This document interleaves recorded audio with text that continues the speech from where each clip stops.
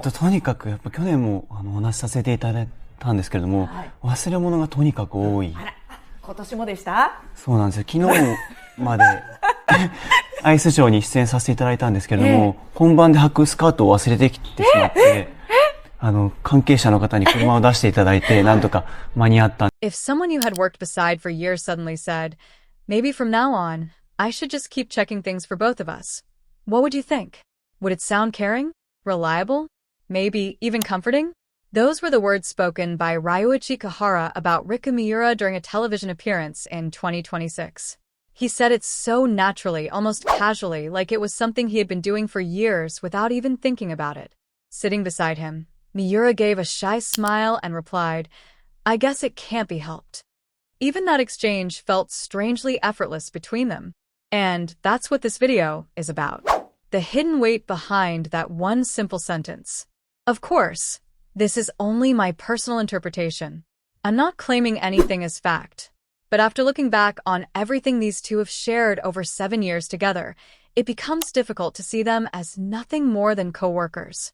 Their story reached a historic moment at the 2026 Winter Olympics, where Miura and Kihara captured Japan's first ever Olympic medal in pair figure skating. After 7 years of training, struggling, and growing together, they finally stood on the highest stage in the sport and won gold. The entire country celebrated. Social media exploded with congratulations, and newspapers across Japan filled their front pages with the smiling faces of the pair. But the very next day, during a press conference in Tokyo, Kihara casually revealed something unexpected. Yesterday at the airport, she forgot her backpack. The reporters burst into confusion. Some people probably thought, wait, what? On the flight home after winning Olympic gold, Miura had accidentally left her backpack behind at baggage claim and walked through immigration without it. And inside that backpack was the gold medal. Miura laughed nervously and admitted it herself. Yeah, the medal was inside. The entire room erupted with laughter. Even the moderator jokingly reminded her, Riku, don't forget the gold medal. It's a funny story. A cute story, even. But if you stop and think about it for a second, it's also unbelievable. This is an Olympic gold medal, something most athletes spend their entire lives chasing, something many never even come close to touching. And somehow, it was almost left behind at an airport inside a forgotten backpack. Everyone laughed about it, but personally, I couldn't stop thinking about what existed underneath that laughter. Because the truth is, forgetting things has quietly become one of the most important themes in understanding the relationship between Miura and Kihara. This wasn't a one-time incident. During that same press conference, Kihara openly admitted, her weakness is definitely forgetting things. When asked about Miura's flaws, that was the very first thing he mentioned, immediately and without hesitation. And around the same time, another television program revealed something even more interesting. The show used a quiz format where both skaters were asked whether there was anything about the other person that caused them trouble. Both Miura and Kihara raised their signs at the exact same time. Miura's complaint about Kihara was that he was too serious. During the off-season, he would suddenly start strict dieting routines, and before she realized it, she would end up following them too. She joked that she couldn't even eat what she wanted anymore. Then came Kihara's turn. What troubled him about Miura? She forgets things constantly. He even shared a recent story. While appearing in an ice show, Miura forgot the skirt she needed for the actual performance. Staff members had to rush by car to retrieve it just in time. And while laughing about the situation, Kihara quietly added this sentence, maybe from now on, I should just keep checking things for both of us. The moment I heard that line, I honestly paused. Not because it sounded dramatic, but because it sounded so normal to him. Checking your own luggage is one thing, but naturally deciding to check another person's belongings too? Treating that responsibility as if it belongs to you as well? Is that really something people usually say about an ordinary coworker? Don't worry, I'll check your things too. That sounds like the kind of sentence only someone says after years of sharing everyday life together. Of course, after 7 years, people naturally develop roles. One person remembers directions, the other manages time. One person is organized, the other is forgetful. that happens in friendships, partnerships, even workplaces. But I'll check for both of us feels different somehow. Because checking someone's belongings is deeply personal. You have to know their habits, their routines, which bag they use, which costume belongs to which event, what they're likely to forget before they even realize it themselves. That level of awareness doesn't appear overnight. And what stands out most is that Kihara didn't speak in the past tense. He didn't say, "That's what I've been doing." He said, "I can keep doing it from now on." As if it was already an unspoken part of their future. And honestly, hearing that, it becomes difficult not to wonder whether this relationship goes beyond the definition of teammates. To me, it sounds less like coworkers and more like the quiet role-sharing you see in married couples. One person forgets things, so the other checks before leaving the house. Small habits repeated over years until they become second nature.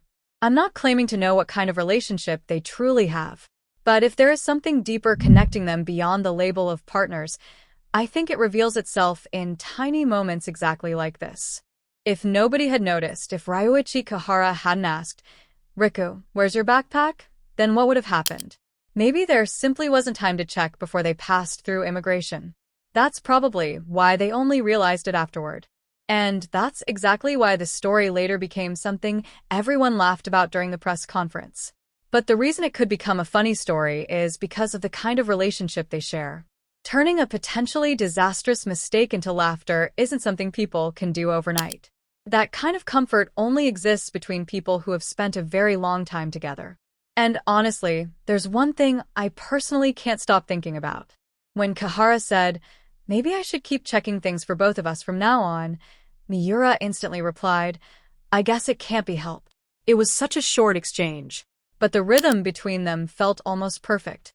The timing, the pauses, the natural flow of the conversation. It felt like a rhythm that only exists between two people who have shared years of their lives together. I don't know what their relationship truly is, and I'm not in a position to define it. But I do wonder how many people in the world can communicate with each other in that kind of effortless rhythm. And that brings us deeper into the story. Because the phrase "checking for both of us" didn't appear out of nowhere.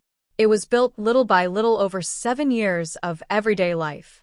And among all those moments, there's one scene I keep coming back to. Not the forgotten skirt. Not the backpack at the airport. Something quieter than that. Something deeper. At the 2026 Winter Olympics, Miura and Kihara struggled badly in the short program. They made major mistakes and entered the free skate sitting in 5th place. The gap between them and the gold medal was enormous. In figure skating, that kind of point difference usually doesn't disappear. Most experts believed a comeback was nearly impossible. But then came the free program. What happened next shocked the skating world. They delivered a world record performance. A score so overwhelming that they pulled off one of the greatest comeback victories in Olympic figure skating history and captured the gold medal. And the moment the scores appeared, the two of them embraced. Kihara wrapped his arms around Miura. Miura held onto his back. And for nearly 30 seconds, neither of them let go. That embrace spread across social media all over the world. People everywhere began asking the same question. Are they really just skating partners? I watched that moment again and again. And every time I kept thinking the same thing. That embrace was not created in a single moment. The weight of those 30 seconds came from 7 years of shared life. The early morning rides to practice. The meals they ate together. Moving into neighboring apartments. The repeated moments where Kihara quietly checked whether Miura had forgotten something again. All of it existed inside that hug. And that's why the forgetting things story matters more than people realize. Because a person's habit of forgetting things is incredibly personal. Unless you're close to someone, you usually never learn those patterns. Most coworkers don't know what another person tends to forget. But if you spend every single day together for 7 years, eventually you start noticing everything. What they forget, when they forget it, the moments when they're most distracted, the habits that appear before important competitions. Kihara learned all of those patterns naturally over time. In another interview, he even said something fascinating. This Olympics was actually the worst she's ever been with forgetting things. But instead of sounding frustrated, he smiled and added that it might actually be proof she was deeply focused. That part matters. He doesn't describe her habit as something purely negative. Even while joking about how difficult it can be, he accepts it as part of who she is. More than that, he even finds meaning in it. That feels like the perspective of someone who has spent years learning how to understand another person completely, even their flaws. Not just tolerating them, but interpreting them. That's a very intimate way of seeing someone.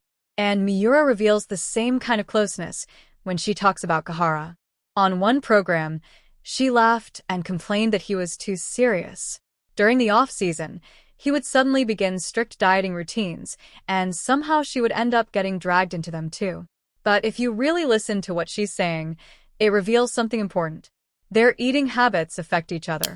Why? Because they spend that much time together. Whether they were literally sharing meals at the same table or simply living close enough to sense each other's routines, their daily lives clearly overlapped in ways that went far beyond normal teammates. Miura joked that she couldn't even eat what she wanted during the off-season because of him. But the expression on her face when she said it wasn't angry at all. If anything, she looked happy. And maybe that's because people don't smile like that when they genuinely dislike the person causing the trouble.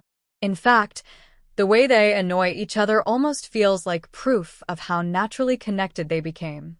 That's one reason fans eventually started calling them a married comedy duo.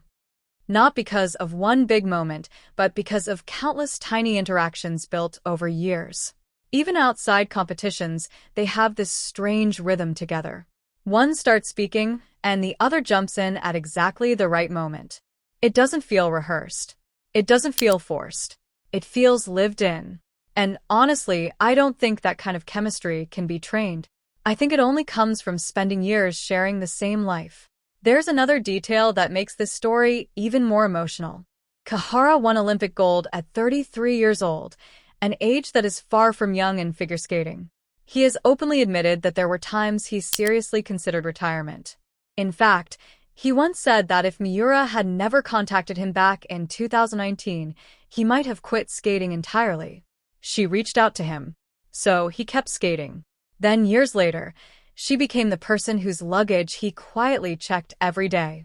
And when I think about those two facts together, I can't help but wonder how much emotion exists between them that the public will never fully see. Because maybe checking someone's belongings isn't just about responsibility anymore. Maybe it became another way of saying, I'm here. At the retirement press conference, Kihara cried openly while Miura smiled beside him. And sometimes I wonder if part of those tears came from realizing that this everyday routine, this life where he naturally thought in terms of the two of us, was finally coming to an end. Not just competitions, not just skating, but the ordinary daily life they had built together over 7 years. And then came the moment that broke him completely. At the retirement press conference, Riku Miura looked at Ryuichi Kihara and said, "Thank you for skating with me. Right now, you're stronger than ever." And hearing those words, Kihara couldn't hold back his tears anymore. Can someone really cry that hard over a simple thank you? Normally, when business partners part ways, the words are more formal. It was an honor competing with you. You were an amazing partner. That's usually how people speak. But the words chosen by Riku Miura were much simpler and much more personal. Thank you for skating with me. That sentence carries a very different meaning. It says, if you hadn't chosen me, I wouldn't be standing here today. Because you stayed beside me, because you decided to skate with me, my life became what it is now. That was the kind of gratitude hidden inside those words. And hearing that, Ryuichi Kihara broke down in tears. He tried to smile through it. He tried to hold himself together. But he cried anyway. And honestly, part of me feels those tears were the sound of 7 years collapsing all at once. The morning drives to practice. The meals together in the kitchen. The quiet awareness of each other living in neighboring rooms. The forgotten skirts. The backpack left behind at the airport. And even the simple promise, maybe I'll keep checking things for both of us. All of those moments only existed because they existed together. That everyday life was ending. And maybe that's why he cried. Some people say Miura was able to smile because she had already prepared herself emotionally, that she had been thinking about retirement for over a year and had enough time to process it. And maybe that's true. But personally, I see another possibility. Maybe Miura was smiling because Kihara was crying. Because for 7 years, that's how they balanced each other. When Kihara looked anxious before competitions, Miura reassured him. When Kihara looked close to tears, Miura would tell him not to cry. Even at the retirement press conference, that dynamic never changed. And maybe checking for both of us was never only about luggage. Maybe they were also checking each other's emotions, each other's condition, each other's state of mind. For 7 years, they walked side by side constantly, making sure the other person was okay. What kind of relationship is that? Honestly, I don't know. And none of us truly do. The two of them themselves have repeatedly said, "We'll leave it up to your imagination." And as long as that's the case, nobody on the outside can claim to know the answer. But I do believe this. Between someone who can laugh and say, "I'll keep checking for both of us," and someone who can laugh back and say, "I guess it can't be helped," there exists something that can't fully be explained with words. And whatever that something is, it wasn't created overnight. It was built slowly over 7 years. Through forgotten skirts, through airport backpacks, through early morning rides to practice, through the quiet comfort of knowing the other person was always just next door. And before ending this video, there's one final thought I want to share. When Kihara said, "Maybe I'll keep checking things for both of us," he didn't sound burdened by it. He didn't sound exhausted. He said it naturally, almost casually, like taking care of those things had already become part of who he was. Like it was the most normal thing in the world. And beside him, Miura smiled in a way that almost looked familiar, like someone who had grown used to being protected. I still don't know what kind of relationship they truly had. But if one person naturally became the protector, and the other naturally became the one being protected after 7 years together, then maybe it's no longer just a role. Maybe it became a shape unique only to the two of them, a shape that exists nowhere else. And what name should be given to that relationship? I'll leave that up to your imagination. Thank you so much for watching until the end. If you enjoyed this video, make sure to subscribe and turn on notifications so you don't miss future stories about Riku Miura and Ryuichi Kihara.